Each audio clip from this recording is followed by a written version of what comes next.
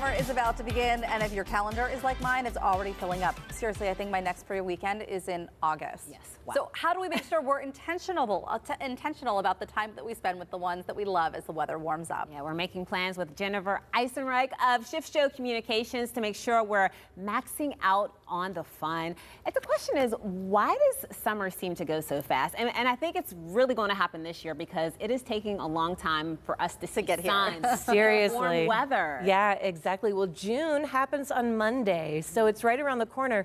And summer seems like an endless stretch of lazy, hazy days, and it seems like we have all the time in the world. So we tend to just think it's coming and it'll last forever, and we don't make the plans. And August rolls around, and instead of saying, I'm so glad we did that, we say, ugh, another summer has passed us by. My gosh. Yeah. You know, we started planning our vacation earlier in the summer, so we didn't have to look forward to something at the end of summer, but like we're jumping right into it. Yeah, we're jumping right into it. So you say to make sure that you create a plan to connect with people over the summer. Yeah, it's not about big moments and about going big. It's about going intentional. And, you know, during the year, we say to so many people who we see, like, let's catch up. We have to get together. Let's make time, but we don't do it. So if you take your calendar and mark off time that you do have available. Instead of saying, I'm so busy, I have all of this, mark off some times that you have available for you. Yeah. And then make a plan to connect with those people. It takes 30 minutes to make a call, send a text, and say,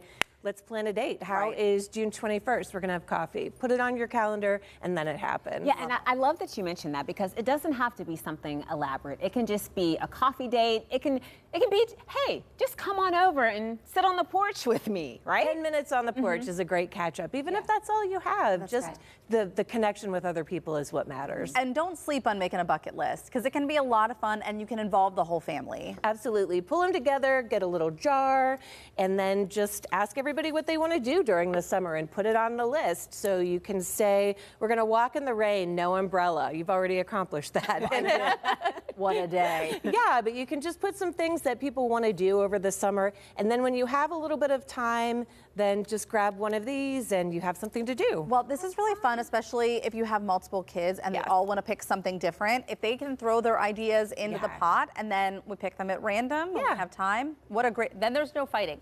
Right. Luck of the draw. What are you going to do? This is what we're doing today. You get what you get. You don't throw a fit. Right. All right, well, here's the thing. What are some things that we should be avoiding? Some time wasters. Oh, time wasters over the summer, absolutely. Our phones and our screens. It's great to decide at the beginning how much time you're going to spend.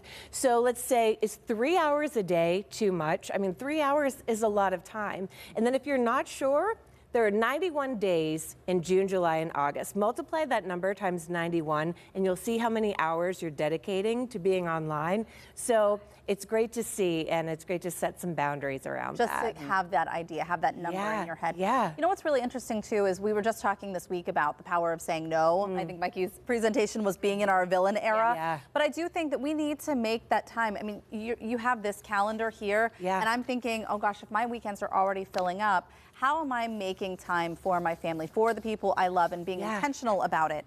Saying no to more things that are just a time waster for me. Yeah, you're actually making the time to be spontaneous, which kind of works against each other, but you have to do that so that you can get the things in that you say at the end of every summer, oh, I wish we had done that. I wish we had caught fireflies or just spent some time in the grass, just touch some grass. Yeah, and I think from that little lesson there, it's all about balance, because you don't want to fill your summer up with so many things every day that you're exhausted, but then you don't want to do anything at all. Yeah, exactly. So I guess just prioritizing, what would you pick as priorities?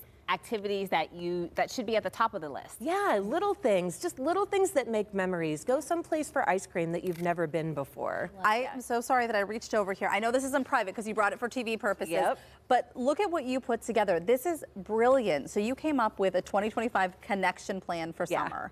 What does this look like? So if you're a planner and you like the spreadsheets, shout out to Linda Granite, my best friend, who is the queen of spreadsheets and has everything on one. I am not, but if you have a little bit of time to sit down and map out some goals for yourself, this is something that you can do for yourself to discover what I want to do. What is something that I'm going to do for me? Like intentions, Yeah. you have that whole page, brainstorm ideas. Like this is just, it's really good. We think about this for the new year, for January 1 and making those New Year's resolutions. It's almost like our mid-year reset. Yes. Let's Absolutely. think about how we want to spend this time. Yeah, make some summer resolutions. It does, and it's holding us accountable too. Yeah. Get those things Fun done. You stuff. can grab this on my website. If you have it, you can get a free copy of it. It's just some different ways to think. Beautiful. Good stuff. Thank you. Thank you. To find out more about Shift Show Communication and Jennifer's other work, we'll link you up on our website, kdka.com/talkpittsburgh.